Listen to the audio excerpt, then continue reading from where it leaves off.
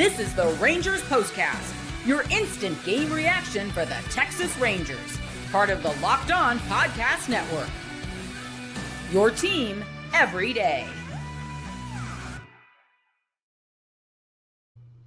Well, game one of a four-game showdown turns into a letdown. The Rangers went sleepless in Seattle and then scoreless in Seattle, blanked by the Mariners by the final of 6-0.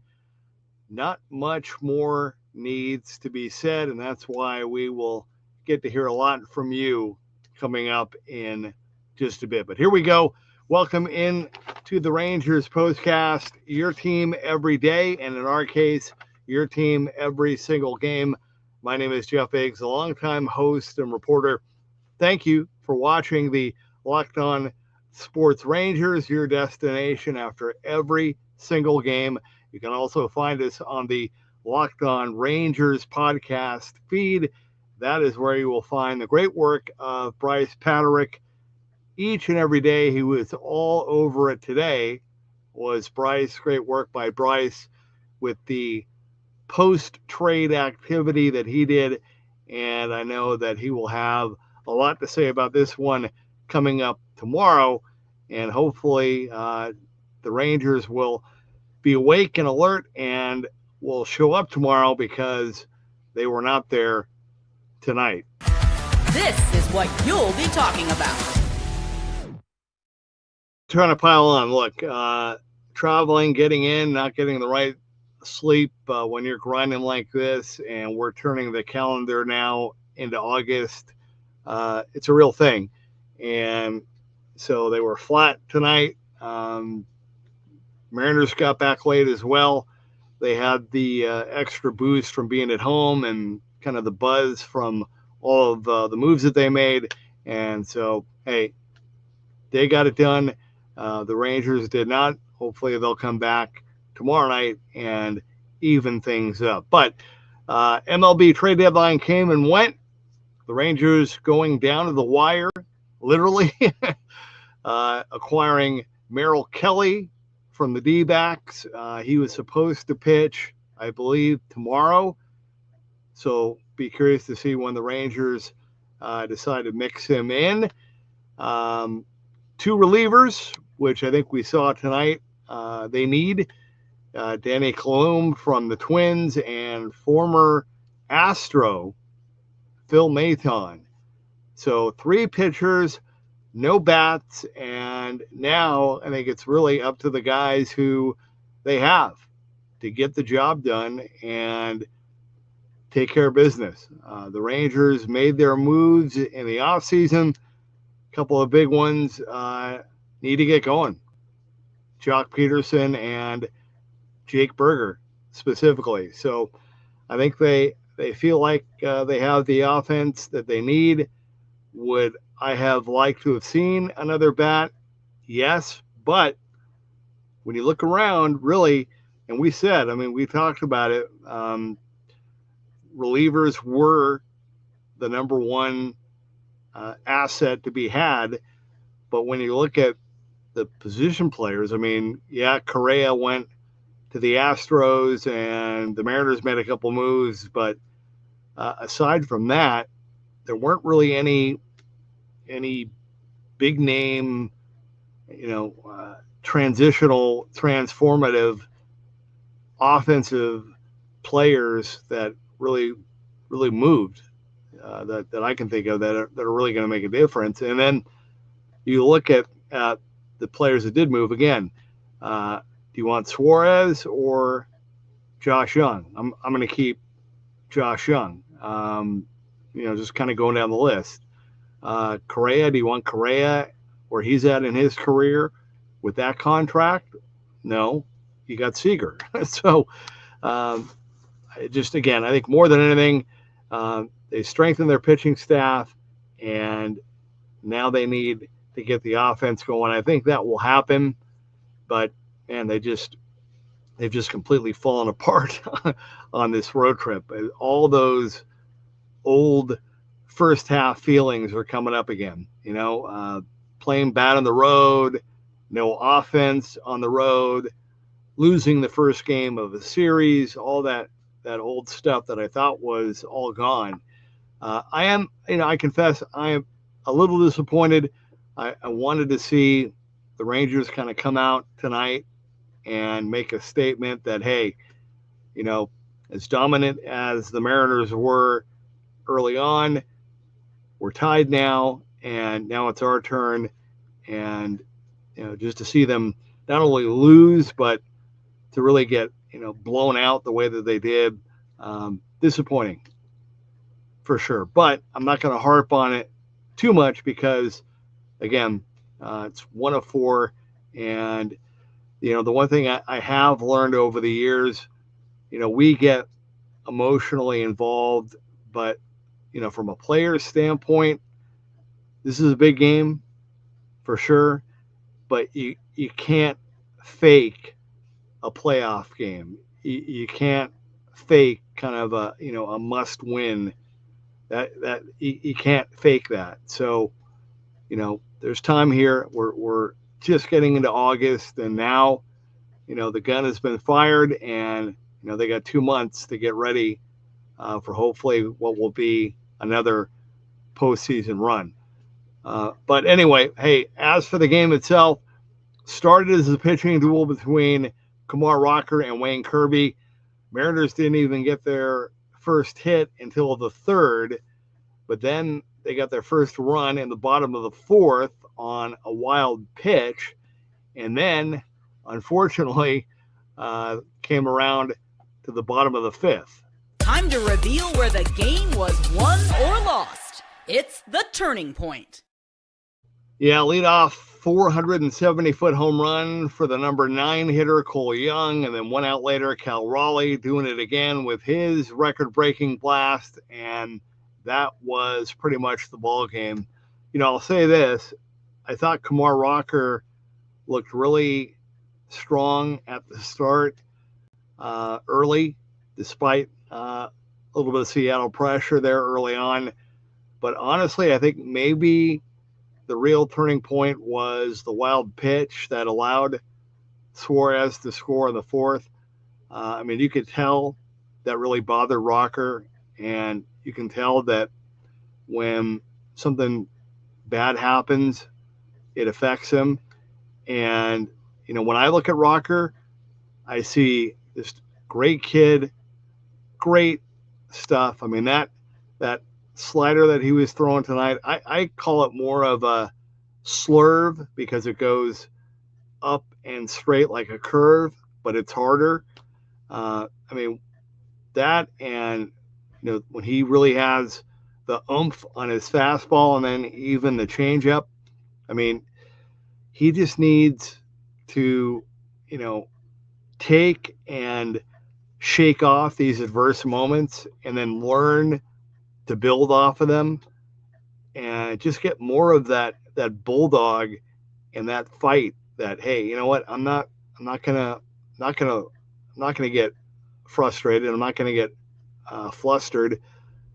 You're not gonna score, and channel that and get mad and fight back and push back and dominate. I think he can do that, but like Nady Eovaldi has that, that bulldog, and I think that's where, for me, the stuff is there for Kumar Rocker. He just needs to kind of get it on the inside, and he will. He is still very, very, very young. I think by next season, after what he's going to go through this year, he's going to be a completely different pitcher for sure. Jacob Latz came in, lit up for 3 runs in the 6th, including another run scoring on a wild pitch. And there you go. That was pretty much it. Now it's up to Jack Leiter to try to even things up for the Rangers in game number 2. Only 4 hits tonight for the Rangers offensively. That is not going to get it done. And I was reminded of the other painful fact that the Rangers have not come back from more than 2 runs in any game this season. So got to bounce back and get after it tomorrow. All right, we're going to take our time out. When we come back, want to hear from you via the Rangers comment crew. We'll do that coming up. Final score tonight, though, the Rangers get shut out in Seattle 6-0. This is the Rangers Postcast.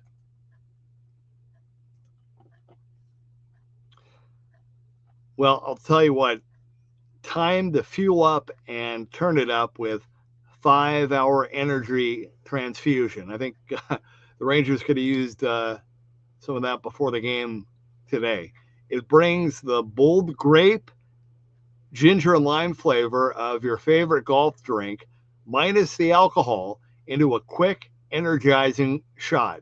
Whether you're sinking birdies or just making memories with friends, this one's a hole-in-one for your energy game. Now, think about it. Has anyone in your golf group ever tried to pull off kind of a ridiculous bet, like a crazy wager or a hole-in-one shot? How did that go down? Well, look, golf is all about the good times with good people and good flavors, of course. So the grape ginger lime flavor gives you the best parts of your clubhouse go-to without chasing down the bev cart. So right now, if you go to 5hourenergy.com today, that's the number 5hourenergy.com, you can use my promo code LOCKEDONGOLF to receive 20% off your first order, only one order. This offer is only valid until September 30th on one order and cannot be used with other promotions. The code is not good on subscription orders. So whether you're meeting up with friends or trying to turn 18 holes into 36, get the energizing boost you need to power through. Order transfusion flavored 5-hour energy shots today.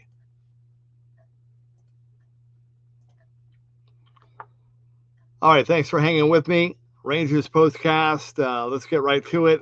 Alf is leading us off. Good evening, Alf. Hope that you and Shirley are doing well. Tough one tonight, but Alf, always positive, says congrats to Corey Seager on extending his on-base streak to 30.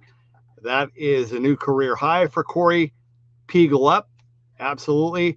Alf also says, I'm sad that we dealt Cole Drake, though. I was just saying the other day, which you were, Alf. I remember that over the weekend, that you were excited to see what he could do.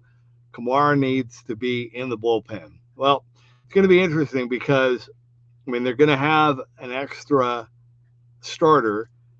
They can stretch it out and give everybody some days off, which would help guys like DeGrom and Eovaldi get a little bit of extra rest and not burn them out.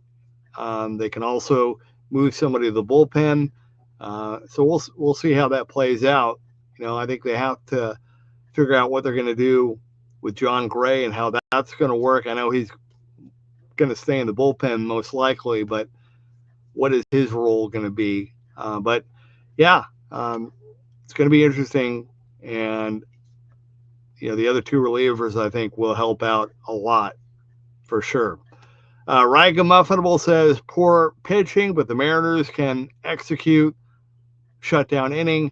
Rangers cannot. Rangers are better than the Mariners. Look at the stats. Yeah, the Rangers were 8-1 on that opening homestand. Right now, Seattle coming into tonight was, I think, 4-6 since the All-Star break. So, the Rangers were playing a lot better, and just disappointing that we didn't get to see that at all tonight. Got to bounce back tomorrow. Noah Day jumping in says, such a frustrating game. So many potential hits, just not finding the grass or the seats. Just maddening. Yeah, they did hit some balls really hard early. And, like I said, I think tomorrow will be a different day. Noah also says, I really want Smith out of the leadoff spot, put Simeon back in. Well, I keep, I mean, every time they let Haggerty lead off a game, I mean, the guy does great. I mean, pick one where he hasn't had a big impact, and then it's a good game or two, and then they don't play him for 3, 4, 5 days. I think, like I said, I think back in May or June, just give the guy a shot. Let him roll with it. And Smith has been really kind of up and down, and he has really not been, strong or hot in a little while now. I mean, he had one game, I think, 1 or 2 games on the homestand, but really not like he was early in the season. I'm not picking on him. He has been, so valuable, and both sides, and he has had a great season for sure. But yeah, what bottom line is, I mean, when they get back home and kind of the rest of the way, they need to, recalibrate, reset, and they need to get their offense going, period. Paul Wilson jumping in saying, looks like they have reverted back to their old selves to me. Final nail in the coffin was Adolis' fly out with Seager and Simeon poised to score. Yeah, I mean, that was their really only true threat of the game. Paul also says that was in the 6th when we were down by 3. Yeah, no doubt. The championship game says this offense is so embarrassing sometimes. I've looked at the M's lineup, not one guy hitting below 248. Meanwhile, the Rangers have only 4 players above 248 in a lineup. That is ridiculous. Yeah, they were awesome on the homestand. I think they got maybe a little too excited and really didn't show up in Anaheim until the final game. So hopefully, this will be a wake-up call, and they'll come out swinging tomorrow night for sure. Soldier X says, we just can't beat Seattle. They own us. I have a bad feeling about the rest of the series. They have a record of 5-18 against us since last year. But, hey, we don't have another bat, says Chris Young. We don't need another bat. Okay. Fair point. I mean, clearly, we're going to look back at this deadline, and there's going to be one side of the argument that said, hey, the Rangers needed more offense. They needed something to help the offense. The front office disagreed and said no. So who will be right? Who will be wrong? We're going to find out. And I'm not saying that to be flippant. I'm just saying they believe that they have enough. I think we're all questioning that, and we will see. Period. Championship game says, good to see Jock Peterson's 120 average back in there tonight. Well, he didn't start, but yeah, he's going to have to get it going this weekend. Isaac jumping in. Well, the good news is they can still win the series. Nothing good to say about this one except for Cravillo, who got his MLB debut, didn't give up any runs in that terrible game. Yeah, he looked really good. Hopefully, I don't know what his immediate future is when they get everybody coming back, but good to see him make the most of his opportunity tonight. BB says this was embarrassing. They better bounce back. By the way, regardless of whether or not the Rangers make it to the postseason, may the Mariners not make it to the World Series, rather have other teams. Well said. I get it. Timothy says, I wish Wyatt would lead off instead of Smith, but maybe Wyatt is too aggressive to lead off. Smith starting to wear old on me. He's looked really hot, but lately has been slumping. Also, I think after today's start, it seems all but likely that Rocker will be out of the lineup and Merrill takes his spot. Wonder if Merrill pitches in the series. I hope so. Yeah, we'll see. Silent Doom says, well, that sucked. And then Young says, Timothy says, I think Bochy should also move Adolis off the cleanup spot. He needs to drop in the lineup due to his inconsistency. Yeah, it's they need to shake some things out, and I think more than anything, they just need to get a good night's sleep tonight and hopefully get after it tomorrow. A couple more here, and then I got to go. Dustin says, will Kelly pitch in one of the games Friday through Sunday? I think he was scheduled for Arizona tomorrow. He was. Not sure if Boch will slip him in for the Grom or Corbin. I could see that. That would make sense to me. Kind of give them a break. I'm not sure what they're thinking is, though. We'll find out. Let me see. Actually, let me check really quick.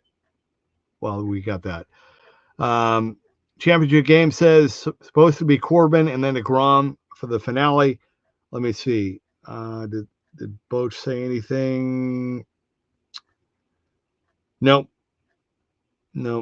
Okay, not yet. So we'll find out, but all good questions, and we'll find out what they decide to do. Dustin says the series versus Seattle is important, but you also follow it with the Yankees and the Phillies. Yeah, hey, I mean, look, the Rangers were able to get some wins again against some lesser teams. Now they're going to play, a different level, including Seattle, and got to see them step up here, So, we'll see. Timothy says, I heard the flight was delayed by an hour. Yeah, they didn't get to bed till 3:34 in the morning. Now I know the Mariners got home late as well. They were in Sacramento. It is what it is, but I think they'll sleep well tonight. They'll be well rested and got this first game out of the way. And again, gotta bounce back tomorrow night in game 2. One more. Jerry Fagan says, personal, I thought we needed a big bat today. We got more pitching and looks like we're really going to need it. This sucks. I felt since opening day that this team should be better than 2023. And you know what? I think that's what they think. And that's what they thought. I think everybody thought that, Jerry. And so, we'll see. They played really great on the homestand. Still got, 2 months here to go.